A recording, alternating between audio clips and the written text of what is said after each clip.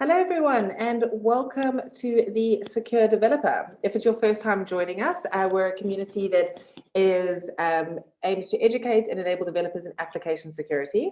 And today I'm joined by Travis McPeak. Hi, Travis. Hello.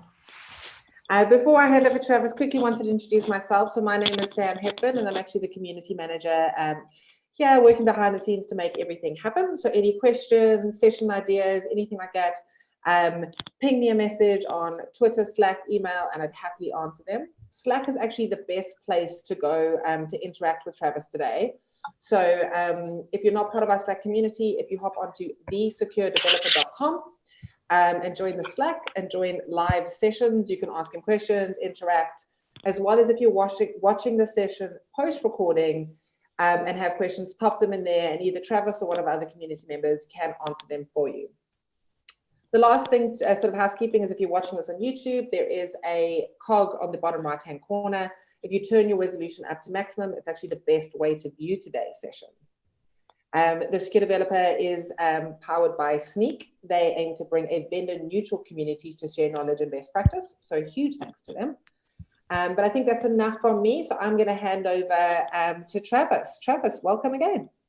Thank you so much. And I am going to briefly close my browser like a pro. Amazing. Okay, good.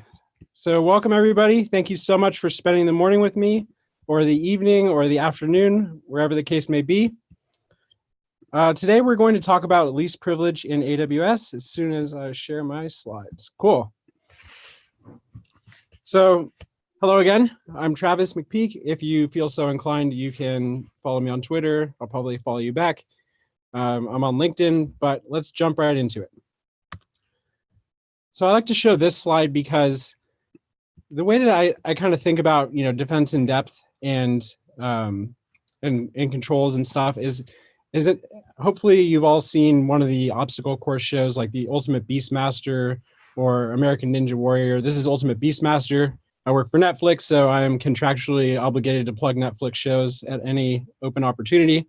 But basically the idea is that you get these really strong people and, some of the strongest people in the world. They're gymnasts, they're rock climbers, they're all these amazing people.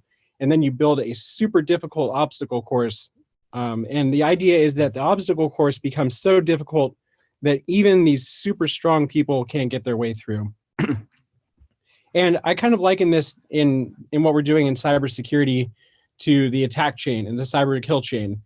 So an attacker is trying to do something in our environment, something that we don't want them to do. Maybe that's steal our data. Maybe that's take our site down, deface, something like that. And our job, so they're in this analogy, they are the contestants. They are the people trying to get through the obstacle course. And we are, of course, are the obstacle course builders. So we can layer these cool controls on Repokid, which I'll be talking about today, Stream Alert Demisto, our alerting stack, which I've talked about at other points, and then, of course, some super confidential secret sauce, which we're never going to talk about. We layer these controls on, and we get, hopefully, into a state where even the best attackers are going to try to get through our obstacle course and are going to get thrown off into the water and disgraced at some point. And that's kind of what we're trying to do here. We're trying to build this really good obstacle course. Now, of course, this is just one step. We'll talk about others, but for today, we're talking about least privilege, and why don't we just? It seems so obvious. Everybody talks about it. Let's just least privilege. Hopefully, I'll convince you that it's not quite that simple. We'll give a little bit of context about AWS and how this specifically works here, and then we'll launch straight into our approach here at Netflix, which leads well into Repokid, our open source tool for doing this kind of work, and some next steps that we're taking and that you might take if you're interested as well. So why don't we just least privilege? It seems pretty easy, right? It's been around since 1975. If you had any formal training in security or took classes in school, or you've been in security in the industry, you'll probably have heard of this concept. It's pretty simple. It's basically you just give whoever is using a system the minimum level of access that they need to do it. And this was formalized in this paper, The Protection of Information in Computer Systems by Salzer and Schroeder, way back when computers looked like this. And you would think that it's like, okay, this isn't new. Like it's been around for, well over 40 years at this point. Why aren't we just doing it? So if I want to give you access to a document, I will only give you like maybe read or edit access on that one document. I'm not going to give you every single document that I own, right? That's pretty obvious.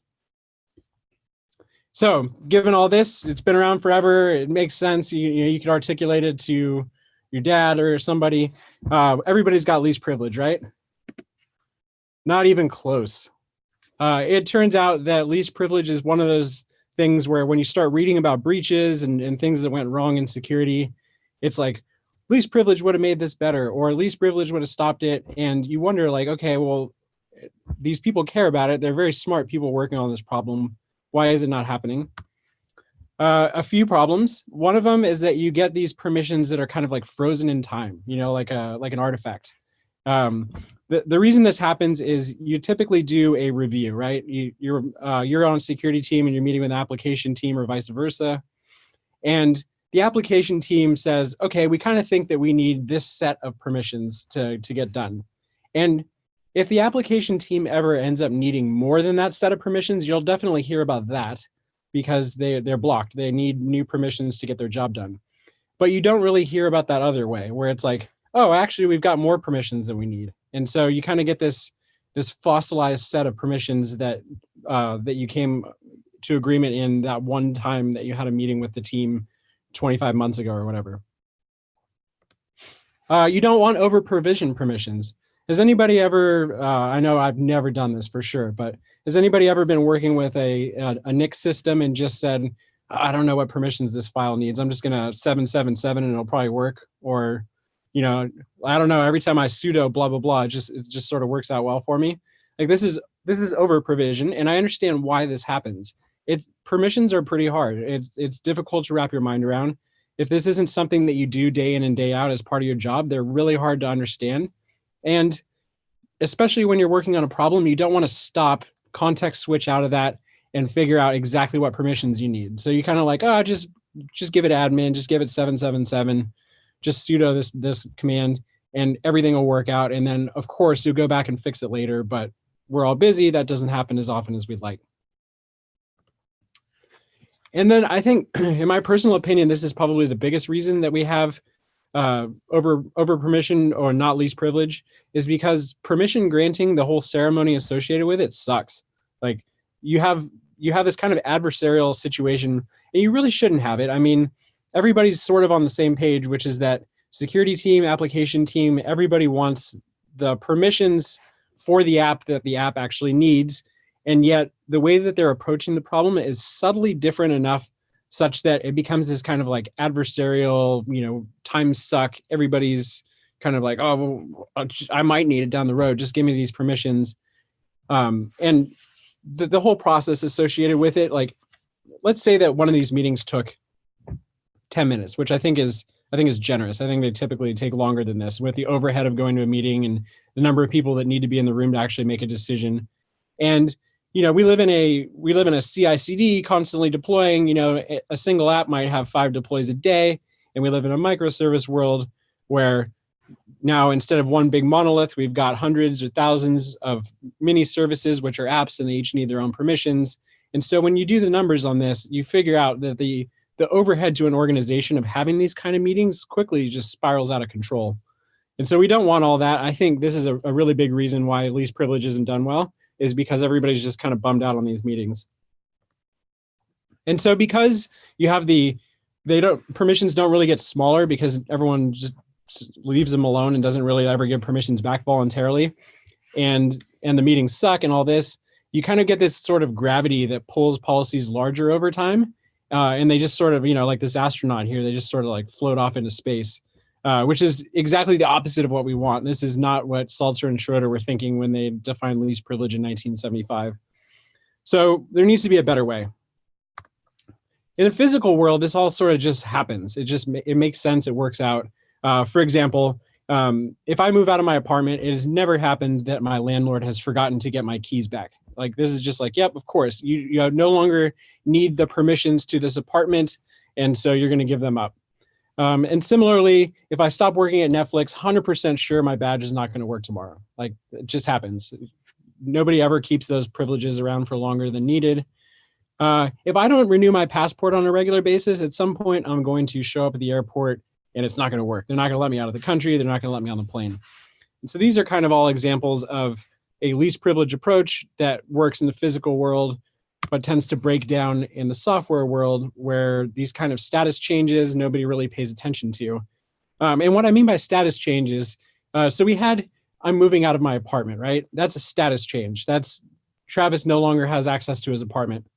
But the software that we're developing isn't actively maintained anymore, or the developers change positions, or now it does this whole new pile of things. These are also status changes, and they aren't tracked well in software. And so while we get the, hey, it's time to give in your keys in the physical world, we don't really get this in software. And so I don't know about you, but I'm definitely, have been personally aware of abandoned projects where there were developers, they were certainly excited about working on it at the time, and then they moved off. They went to some other company, they moved on to a different project, and those applications are still running today with the exact same permissions that they were running before, except for now they're not getting patched, nobody's paying attention to them, and these represent big time liability in an organization, especially as you consider the sheer magnitude of number of projects like this that a large organization is likely to have.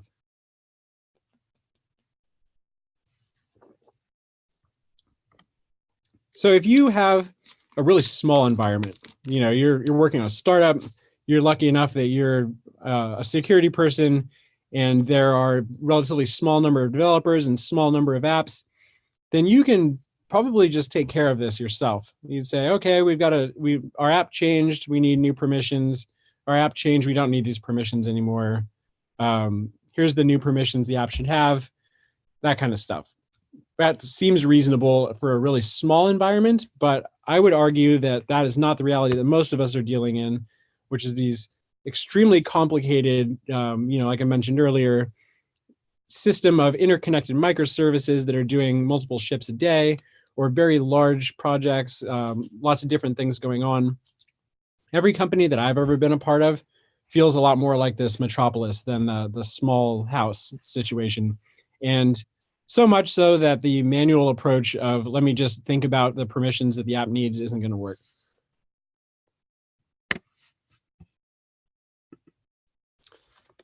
Oh, I may have missed a slide.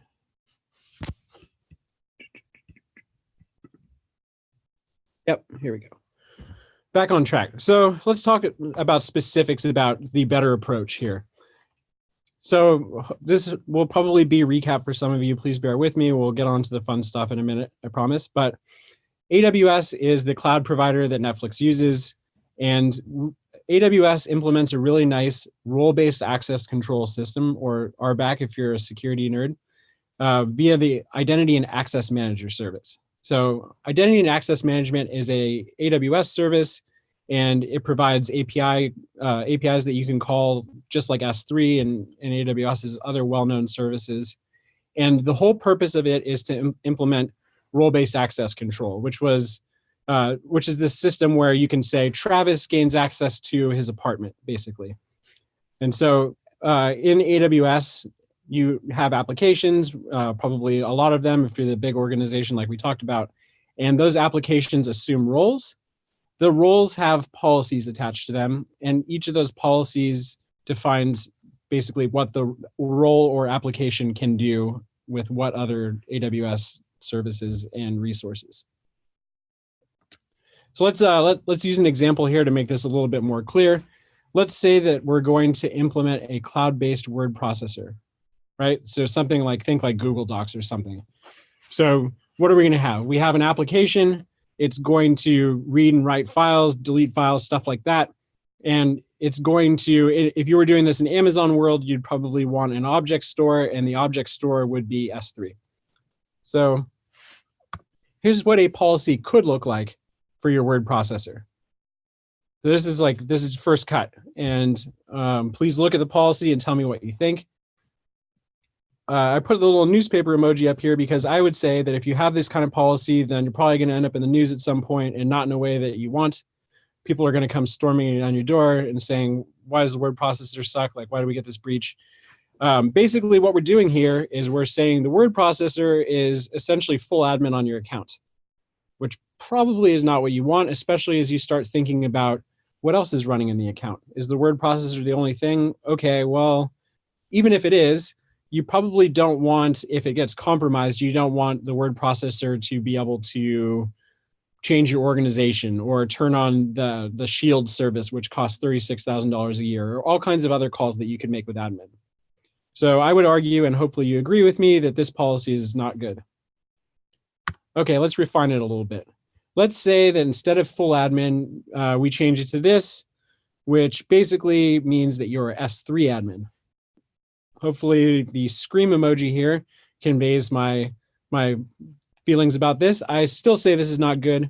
And the reason is because, do you really need S3 admin? Do you need to be able to do anything with any bucket? If there's something else in the account, for example, one thing that you could do with S3 admin is you can make the buckets public.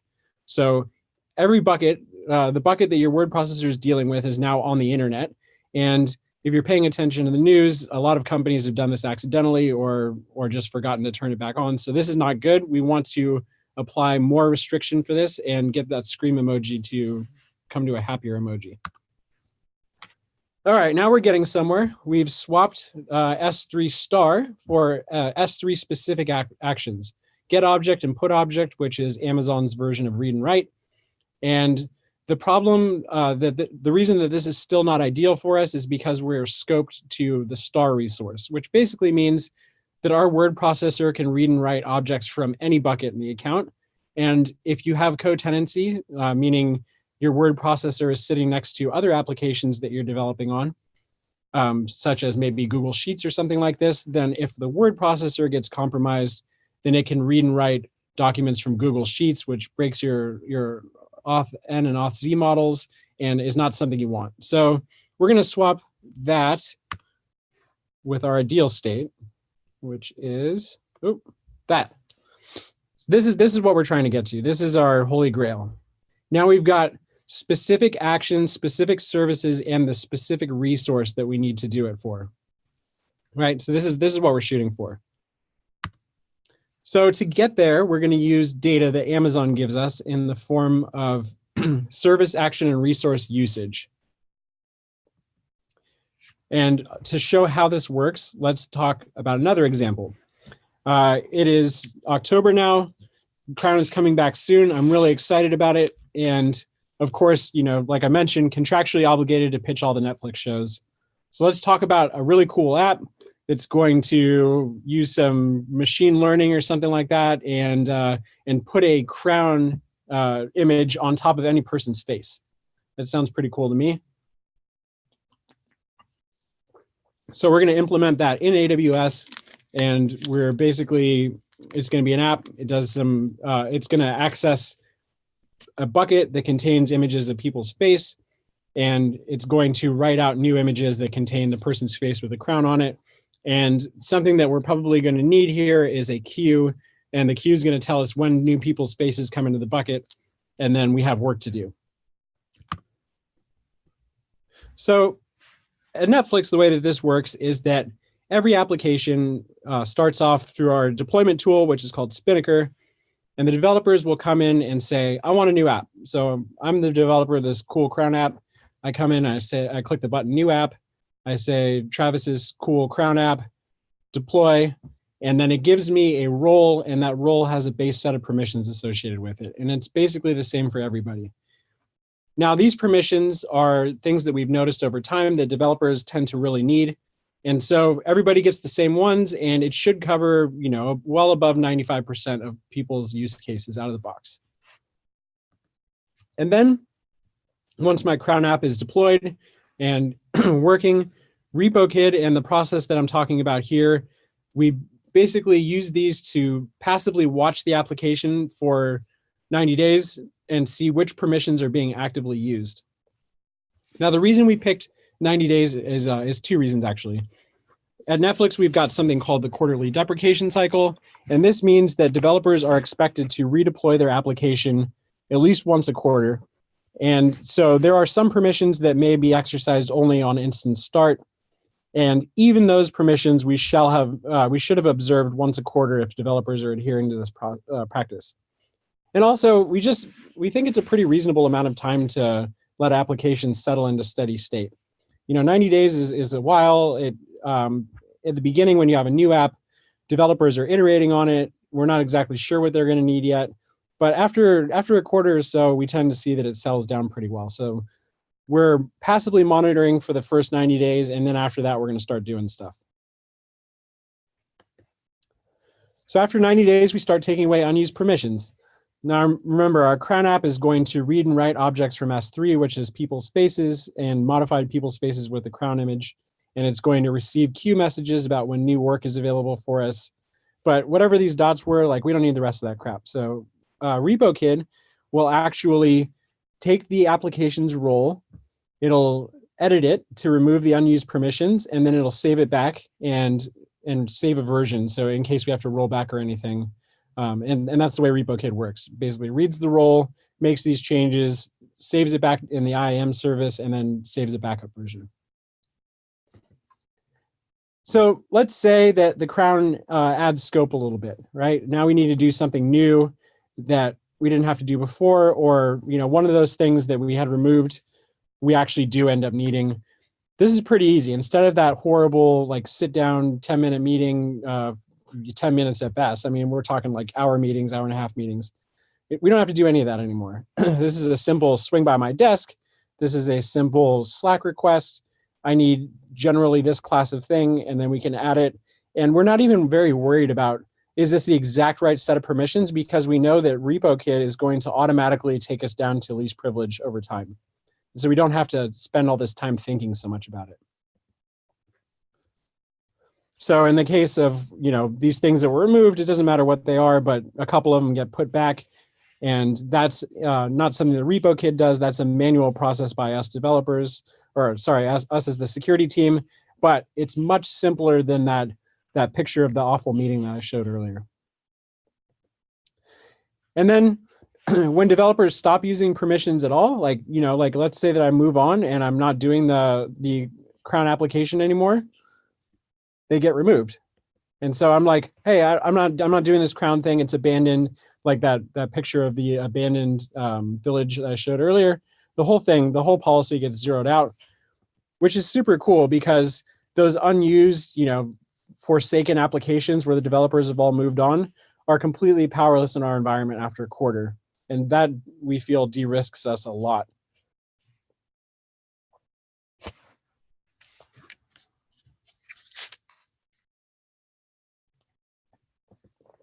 So with all that being said, what do you think? You want to jump in? You want to buy some Repokid, figure out how this thing works? Well, you're on a webcast and you can't really tell me no, so I'm gonna go ahead anyway. So let's dive into specifically the mechanics of Repokid, how it's doing the updates, the data sources that it uses, and all that stuff. And in order to do that, we need to jump in a little bit more back into the policy mechanics of IAM. So this is a very simple statement. It allows the role or the application to list the contents of example bucket. And there's a few parts here that are important. The effect, which is allow, there are also deny-based statements, but in the case of Netflix, to keep everything simple and to make it easy to understand what permissions are actually in scope or out of scope, we just use allow statements at all times. For the most part, we have a few denies, but those are an exception rather than the normal case.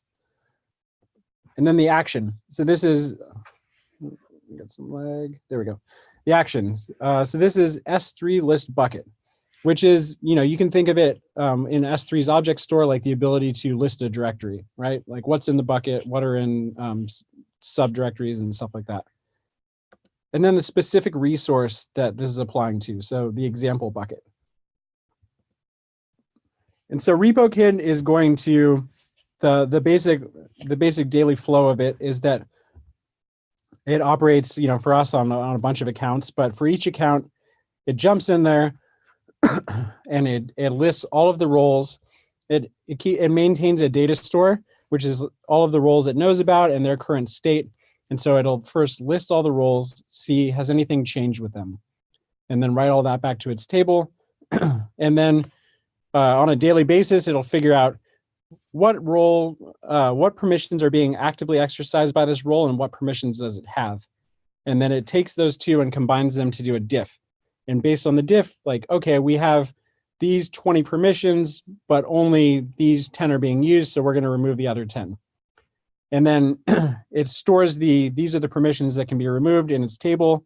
And then periodically, which for us is once a week, we go and we say, schedule a repo, which means we let developers know that the unused permissions are going to be taken away. And then a week after the repo is scheduled, we'll actually go and repo. So to do the first part, which is the diff, which permissions are being used that we can take, are not being used that we can take away, we're going to use 3 data sources. The first one, this really cute little aardvark in the Netflix sweater, is our proxy for Access Advisor, which is an Amazon service. And it tells us which services, so an application, remember, has permissions, and the permissions give it access to services like S3, EC2, queues. And Access Advisor is great in that it says on a service by service level for every application what's being used and what is not being used at all. Now, when we created Aardvark, Access Advisor was only available in the UI. But since then, Amazon has made it available via an API. And the reason that we keep Aardvark is because it's useful to have a cache of the data. So Repokid, just for a little context, Repokid for some of our large accounts could take up to 45 minutes to run. And we want to complete the entire repo period within the early part of our daily operation. But we don't want Repokid making changes to roles after we all go home. And so we want to keep the actual repo time window short. And to do this, we want to have all of the Access Advisor data and every other piece of data that we need ready to go. And so that's what Aardvark does for us. It's basically just a queue of Access Advisor data. Sorry, it's a cache of Access Advisor data. We also use CloudTrail. The CloudTrail, unlike Access Advisor, which can only tell us on a service level, either yes, something is within the service is being used, or no, nothing of the service is being used, CloudTrail can give us specific actions that are being used. But it doesn't work everywhere. So there's some caveats. Some actions are not tracked at all in CloudTrail. So like even within a service, there are just untracked actions. And then data plane operations generally are not tracked as well. So while we might have like S3 create bucket, by default that'll show up, and S3 reads will not. So the create bucket is what's considered a control plane operation, and S3 get object is a data plane operation. And for S3, you can actually turn on CloudTrail for data plane operations, but for other services, you cannot. So we have no way to see, for example, in CloudTrail, when things are being read from a SQS So that's why it's useful to blend a few of these data sources together, is because Access Advisor and Aardvark can tell us part of the story, and CloudTrail can tell us a different part of the story. And finally, another data source that we have is in our case, S3 server access logs, but you can get the same thing with S3 CloudTrail.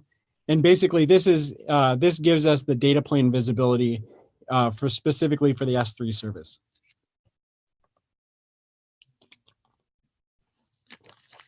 So we're going to take these 3 data sources and we're going to show how Repokid would make changes based on what they say to a slightly more complicated policy than the one we saw before. So we've got this policy, and it's got some EC2, which is Amazon's compute service. It's got some S3 actions, and it's got some SQS, some queue actions. And first up, we can query Access Advisor and see that the application is not actually using any of the queue stuff at all. So we can just completely get rid of this entire queue block, which is pretty cool. We've already dropped our permissions down significantly. And then next up, we can use CloudTrail to determine that, excuse me.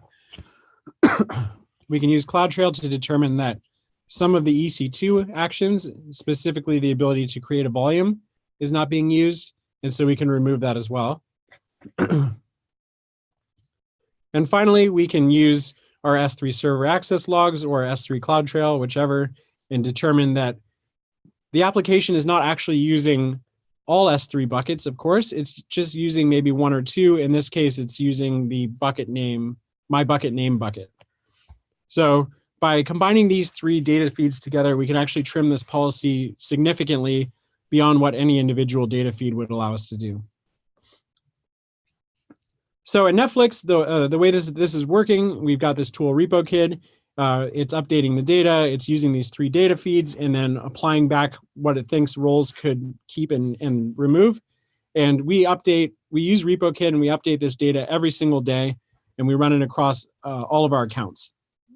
And then we have the accounts, all of our accounts split into two groups.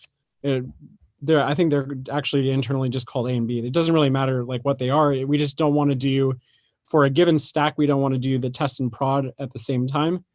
And so we have, if we have like our main test and main prod, main test will be in A and main prod will be in B. And then for our actual repoing and scheduling, we run on a TikTok schedule. So maybe on Tuesday, the first week of the month, we're going to schedule A and repo B.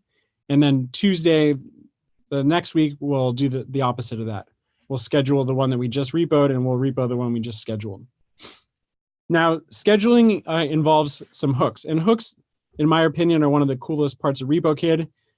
We have an upstream open source project, but some of the business logic that RepoKid's using is going to be a little specific to organizations, such as, how do we notify application owners? At Netflix, this is all internal software tools that we have, APIs that we can call to find out who owns this role, like what application does the role map to, and then what team owns that application, and then just send them an email and let them know what's happening. So we have a hook that we've written that does all this, and if you want to use RepoKid and you want to, like for example, notify application owners, or you want to use your own data feed, you can do all of that via a hook.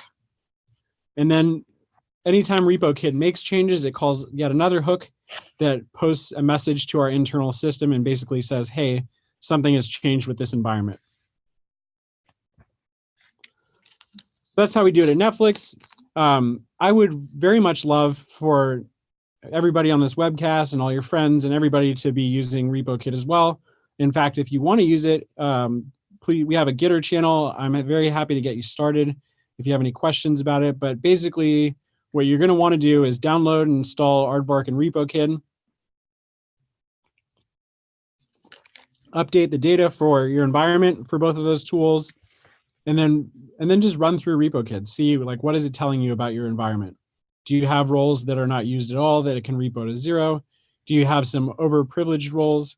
You can run it in a non-commit mode. So if you want to just see what it's going to do, you just run a repo role, give it the name of your role, and just don't pass the commit flag, and it'll actually tell you the changes that it'll make ahead of time. And then you're probably going to need to write your own automation runner. So if you have more than one account, you're going to want to set up like a cron thing that loops through all your accounts and runs on a periodic schedule, whatever makes sense for you. And any hooks that you have for your environment. So for example, the CloudTrail part that I talked about earlier, we use Elasticsearch, and the hook for getting that data is something that makes sense for our Elasticsearch cluster and doesn't make sense for the community. So you would probably want to write whatever hook that you need for to get CloudTrail in your environment. And please, of course, submit PRs.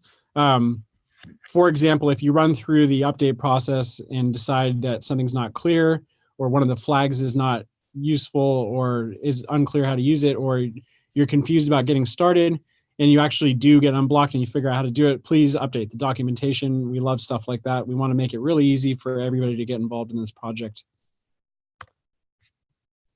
And there are a few things that people have been asking for that I would love some help on. So at Netflix, we use inline policies for everything. And I understand that this is not what everybody, Amazon's a big complicated beast. People are doing different things. Everybody's kind of cut permissions and policies their own way. So managed policies is something that I know a lot of people are using, and I would love for somebody to contribute this into Repokid. I'm happy to help with the architecture or to point you in the right direction. I know a few people have already expressed interest in doing this, so if you are interested, hop into our Gitter channel, tell them that you want to do this, and I'm sure you'll have some great people to work with. I think an upstream plugin for CloudTrail makes a lot of sense. This would probably be Athena, which is a tool that Amazon provides to query data from S3 buckets. So you could just query the S3 bucket where CloudTrail logs are delivered. And I think it probably makes sense to put this in Aardvark. Again, if this is something you're interested in, please let me know. I'm happy to get you started, point you in the right direction. And better testing coverage. Right now we've got maybe 60%. I think we can do better. So if you're interested in the project and you want to just understand how it works better, I think test coverage would be a great way to start. And with that, I want to thank you all so much for attending the webcast, and I will open it up for any questions that you might have. Awesome. Thank you so much, Travis. It seems that not too many questions have come in today, probably a lot to process, and I like sort of the call to get started. So we can also direct those questions to you as they come in a bit later. But again, thank you so much for getting involved. Love the next Netflix references to shows and things. Really looking forward to The Crown coming out. So that's perfect. Thank you. But again, thank you so much. Hopefully not the last time we have you on one of our live sessions. For anyone who enjoyed the session, please remember that we put it all on the website afterwards. You can rewatch, share, show colleagues, friends, anything like that on thesecuredeveloper.com. We also run sessions every 2 weeks. So our next session will be on the 24th of October. And we're talking about modern AppSec gotchas with Fletcher Heisler. He's the founder of Hunter 2, so it should be really good. So if you enjoy that, you can also get the tickets on the website. But other than that, as I said, please share, get involved, ask questions. Someone is typing, so there might be questions coming through. We'll give them a second. But if not, we will see. Talking really. No, everyone's saying thank you so much. We will see you all again soon. So again, thank you so much, everyone, and we'll see you soon. Thank you for having me.